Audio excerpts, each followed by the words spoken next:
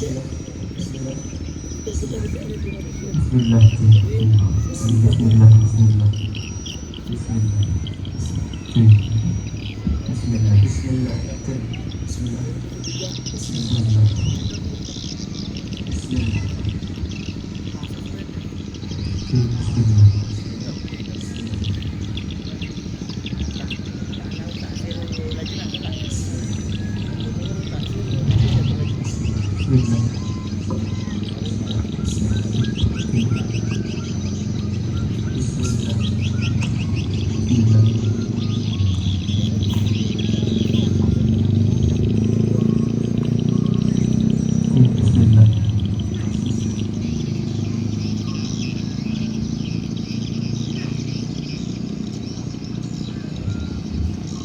Assalamualaikum warahmatullahi wabarakatuh.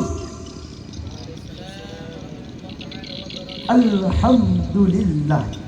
Alhamdulillahilladzi arsala rasulan mubasysyirin wa mundhirin wa da'iyan ila Allah bi'idnihi wa sirajan munira. Allahumma salli ala sayyidina Muhammad wa ala alihi wa sahbihi ajma'in. Amma ba'd. Puji syukur kita panjatkan kehadirat Allah Subhanahu wa ta'ala yang telah menciptakan 7 lapis langit tanpa tiang dan yang telah menciptakan 7 lapis bumi tanpa gantungan, wa ma bainahuma, dan sesuatu yang ada di antara keduanya. Salawat bertangkaikan salam berpucukkan rindu ke ruh baginda alam, yakni Nabi besar Nabi Muhammad sallallahu alaihi wasallam. Karena beliaulah kita dapat membedakan mana yang benar, mana yang salah, mana yang halal dan mana yang haram. Maka sepantasnya lah kita menyampaikan sebuah doa yang mana doa tersebut ringan dalam ucapan, tapi insya Allah berat dalam timbangan, yang berlafazkan Allahumma salli ala sayyidina Muhammad wa ala ali sayyidina Muhammad. Berdirinya kami di sini hanya ingin menyampaikan risalah suci titipan ilahi Rabbi yang berjudul Narkoba Musuh Bersama Umat dan Bangsa. Tuan Hakim yang bijaksana, hadirin wal hadirat yang berbahagia, pernah berkata Insinyur Soekarno, seorang proklamator bangsa, dalam pidatonya, berikan kepada aku 1000 orang tua, niscaya aku akan sanggup memindahkan kutub utara ke selatan. Akan tetapi berikan kepada aku 10 pemuda, niscaya aku akan sanggup mengubah wajah bangsa. Demikianlah hadirin ungkapan seorang proklamator yang memikirkan nasib bangsanya di masa yang akan datang. Entah itu 20, 30, bahkan 40 tahun yang akan datang. Pemuda hari ini jawabannya. Tuan Hakim yang bijaksana, hadirin wal hadirat yang berbahagia. Al-Muhaddis Syekh Muqbil bin Hadi dalam kitab Sahih Asbabun Nuzul berkata, Ibnu Abbas menjelaskan bahwa pengharaman khamar itu berawal dari 2 kabilah. Dari kabilah Ansar, mereka meminumnya hingga mereka telah mabuk. Kemudian mereka akan saling mengganggu dan menghina satu sama lainnya.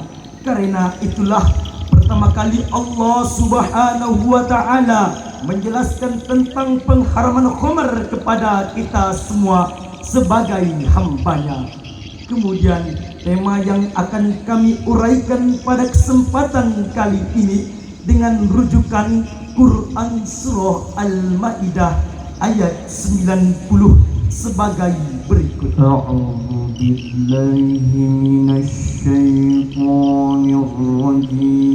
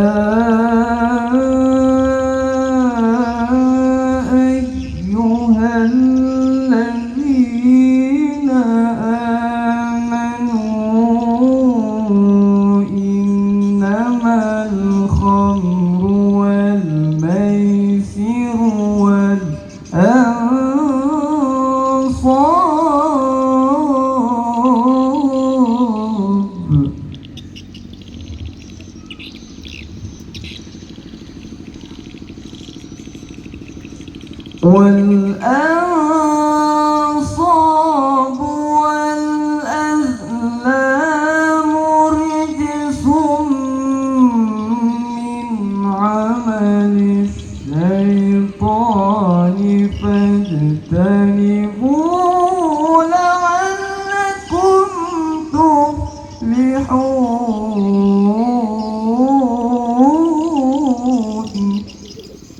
Aku berlindung kepada Allah dari godaan setan yang terkutuk dengan menyebut asma Allah yang Maha Pengasih lagi Maha Penyayang. Hai orang-orang yang beriman, sesungguhnya minum khamar, berjudi, berkorban untuk berhala, mengundi nasib dengan anak panah adalah termasuk perbuatan setan. Maka jauhilah perbuatan-perbuatan itu agar kamu mendapat keberuntungan. Tuan Hakim yang bijaksana, hadirin wal hadirat yang berbahagia, ayat tersebut mengisyaratkan bahwa haramnya khamar. Kita kaji lebih dalam. Kalimat innama dari segi malaghah merupakan adatul qasri. Hal itu menunjukkan bahwa mengkonsumsi khamar merupakan perbuatan yang paling jelek di antara perbuatan setan.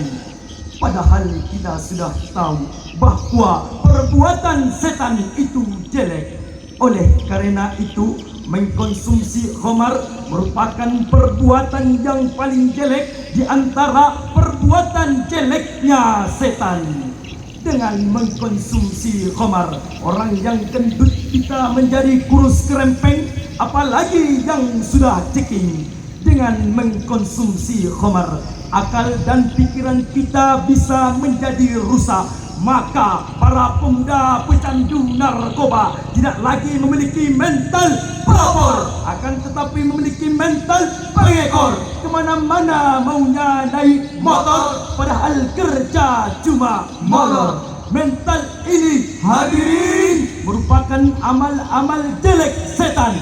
Bahkan rijsum min amali syaitan, lebih buruk dari perbuatan setan.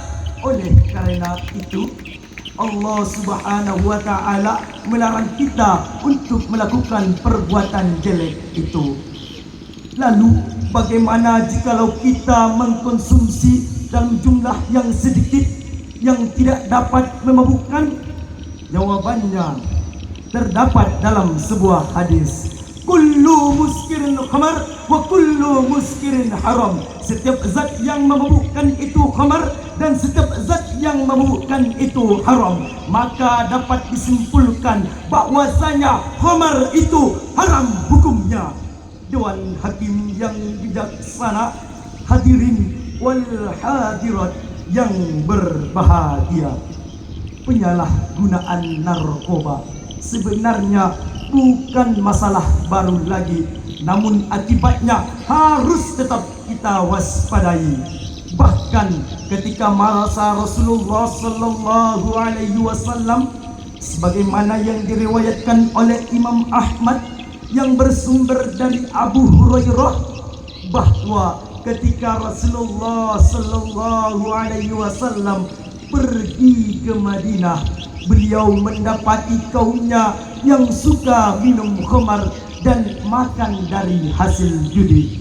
Lalu mereka bertanya kepada baginda Rasulullah tentang hal itu. Untuk menjawab pertanyaan tersebut, maka diturunkanlah Quran surah Al-Baqarah ayat 219 sebagai berikut. Yas'alunaka 'anil khamri wal maisiri qul fihima ismun kabirun wa manafi'u linnas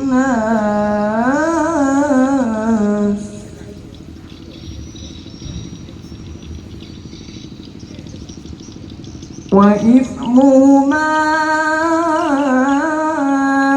akbaru min naf'ihima wa yas'alunaka madza yunfiqun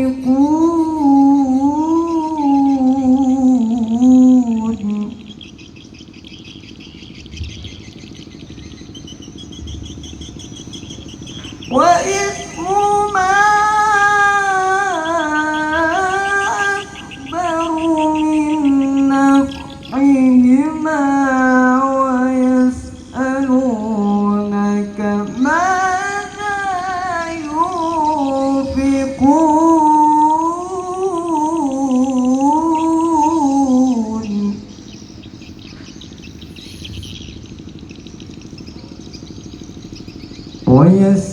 ويسألونك ماذا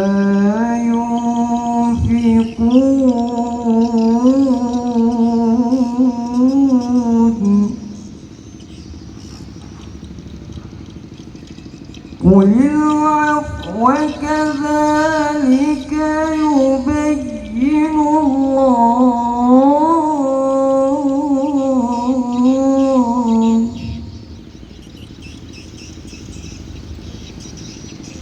كذلك يبين الله لكم الآيات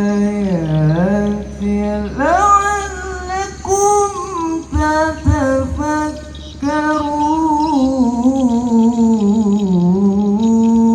تتفكرون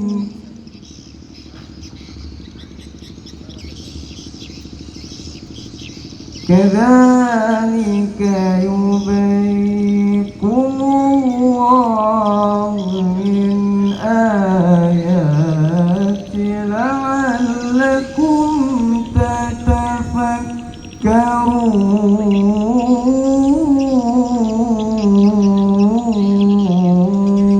تتفكرون صدق الله العظيم.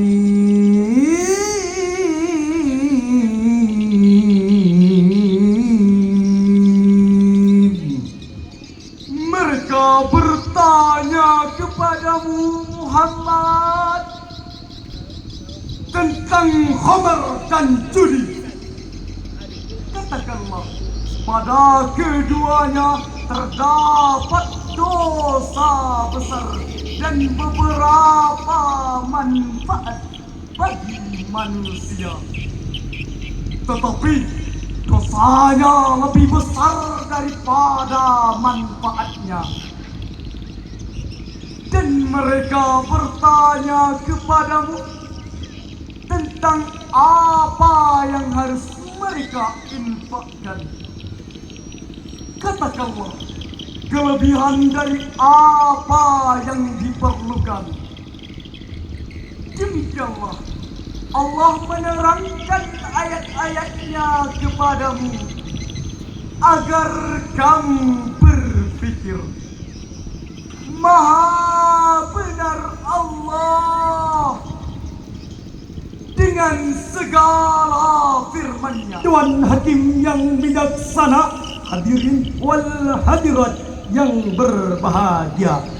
Ayat tadi menunjukkan arti yang otentik bahwa sejak zaman dahulu hingga sekarang khamar membuat para penggunanya kecanduan, kemudian lumpuh serta mati akal, pikiran dan jiwanya. Sedangkan mabuk karena judi membuat para penggunanya selalu penasaran, kemudian stres dan gila jiwanya. Oleh sebab itu menjangkitlah penyakit hubbud dunya wa karahiyatul maut, cinta dunia dan takut mati. Oleh sebab itu Allah mengharamkannya. Dewan Hakim yang bijaksana, hadirin wal hadirat yang berbahagia. Singkatnya, pendek apapun narkoba itu merupakan kumpulan dan gabungan antara racun dan bius yang dapat membahayakan serta membinasakan bagi para jenjang generasi anak muda saat ini. Yang mana dulu generasi anak muda yang gagah berotot, tapi sekarang generasi anak muda sudah menjadi generasi kakek nenek yang sudah bongkok. Begitulah hadirin ganasnya narkoba itu sebagai penyakit bagi masyarakat yang maha bahaya. Oleh karena itu, dalam menanggulangi bahaya tersebut, maka kita harus memutuskan rantai peredaran penyalahgunaan narkoba, mampu menegakkan hukum bagi para pengguna, pengedar dan prosedur dengan seadil-adilnya. Tak pandang bulu, tak peduli dia rakyat atau pejabat, tak peduli mereka kuli atau polisi, berpangkat tinggi, pengamen atau bahkan presiden, semuanya rata. Dewan Hakim yang bijaksana, hadirin wal hadirat yang berbahagia. Lalu bagaimana jikalau generasi anak muda saat ini terjerumus ke dalam narkoba? Mau dibawa kemana bangsa kita saat ini?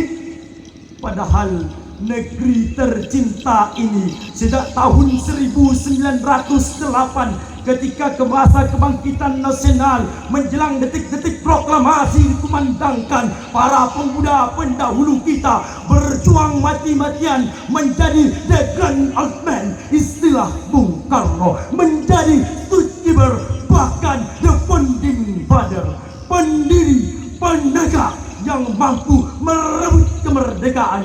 Jika tanpa para pemuda, mustahil republik ini merdeka. Dewan Hakim yang bijaksana, hadirin wal hadirat yang berbahagia. Begitulah ungkapan Bung Karno yang diabadikan dalam sejarah bangsa. Sejarah itulah yang mengajarkan kita, saya dan saudara-saudara generasi anak muda yang akan datang agar memiliki semangat juang yang tinggi serta tanggung jawab yang penuh dalam kelangsungan nusa, bangsa dan agama yang kita anut. Sebab subhanal yaum rijalun God, the young today is leader tomorrow.